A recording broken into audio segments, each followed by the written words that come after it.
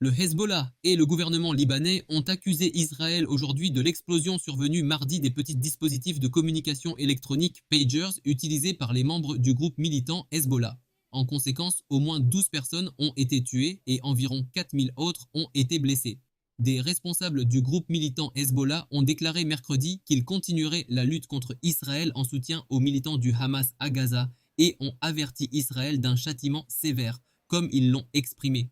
Israël n'a pas commenté l'incident qui s'est produit quelques heures après que le gouvernement israélien a annoncé une expansion de ses objectifs concernant la lutte contre les militants du Hamas à Gaza, y compris la garantie de la sécurité de la partie nord du pays, au milieu du conflit avec le Hezbollah, le long de la frontière entre Israël et le Liban. Des responsables du ministère libanais de la Santé ont déclaré que le nombre de morts de l'explosion avait atteint 12 personnes, dont 2 enfants, ainsi qu'un nombre indéterminé de travailleurs de la santé. Le ministre libanais de la Santé, Firas Abiad, a déclaré que 2 tiers des blessés avaient besoin d'être hospitalisés. Il a ajouté que l'ampleur de l'incident était beaucoup plus grande par rapport à l'explosion massive au port de Beyrouth en 2020.